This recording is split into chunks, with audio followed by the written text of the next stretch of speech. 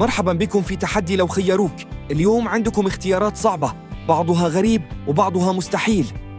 فكر كويس قبل ما تختار، وخلينا نشوف هل عندك الجرأة تكمل التحدي للنهاية.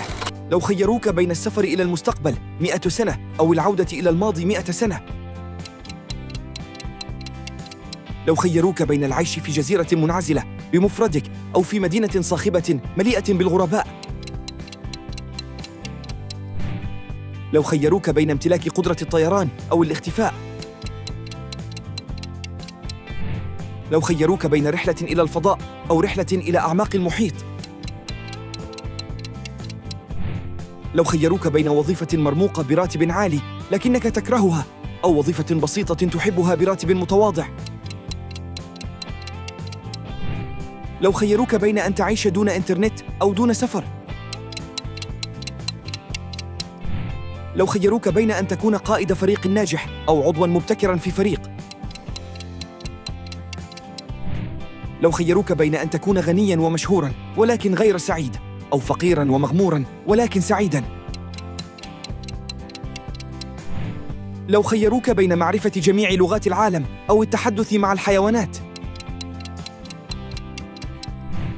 لو خيروك بين أن تكون الشخص الأكثر ذكاءً في الغرفة أو الأكثر ظرفاً وروحاً مرحة. لو خيروك بين ألا تنام أبداً أو ألا تأكل أبداً، مع افتراض أنك لن تتأثر صحياً. لو خيروك بين الاستماع إلى أغنية واحدة فقط لبقية حياتك أو مشاهدة فيلم واحد فقط. لو خيروك بين أن تعيش في عالم خيالي مثل هاري بوتر أو سيد الخواتم. لو خيروك بين التخلي عن حاسة السمع أو حاسة التذوق.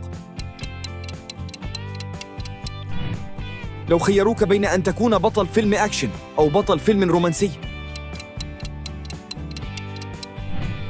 لو خيروك أن تكسب المال أو تكسب الاحترام.